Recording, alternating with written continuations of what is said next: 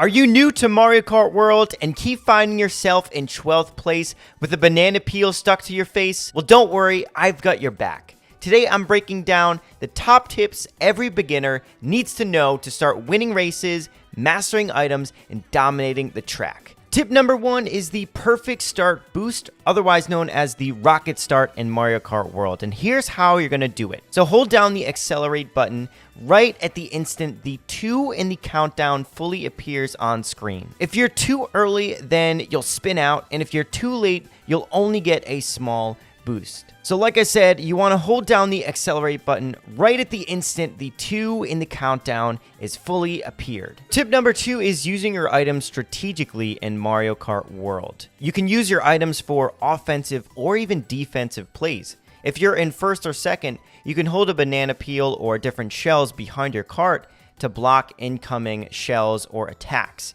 You can also use them obviously for offensive plays using red shells, fire flowers when you're directly behind an opponent or you know that they don't have any offensive items. You want to get the most out of your items, especially when you're in the top half of players. And don't waste your items too early. Save them for tighter sections or when you know you're closing in on someone. In the first couple of places, you'll mostly get defensive items, while if you're in the middle of the pack, you'll get attack items or mushrooms. So just time your items for the most ideal sections of the race. Tip number 3 is just learning the tracks. Know your track layouts. Each track has its own personality, shortcuts, slippery curves, hazard zones. I would really spend time in time trial mode and learn the different curves and the alternate paths you can take, the different shortcuts. Also, knowing when to drift and actually take those shortcuts can be the difference between 6th and 1st. And if you really do spend time in time trial, you can use the different ghosts to find the best path to take for each track. So I would say time trial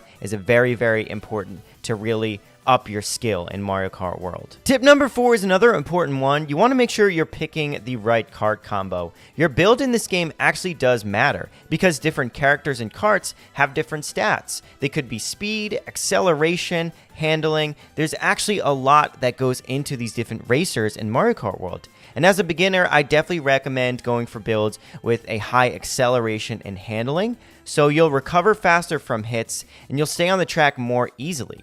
And then once you're confident, you can switch to more speedier builds. But yeah, definitely recommend, if you're a beginner, sticking to those high acceleration and handling stats for your racers. Tip number 5 is turning off smart steering. So in the kart selection screen, after you choose your character and vehicle, when you're in the kart screen, make sure you press the X button. This is going to open up the control menu, and here you can toggle smart steering on or off before the races start. Also, mid-race, you can pause the game, press X, and you can open the controls menu and you can switch off smart steering. You can change your controls there as well. Now, smart steering prevents you from driving off course, which is great for beginners, but it actually hinders you because it blocks you from using shortcuts, grinding a lot of rails, and really limiting your advanced play. So it really disables that full control that you have when you're racing. So I just always recommend turning it off. And there you have it, 5 tips to go from last place to leaderboard legend in Mario Kart World. If you found this helpful, please make sure to drop a like, subscribe for more Mario Kart content, and comment your favorite track below. Thanks for watching, and I'll see you guys at the finish line.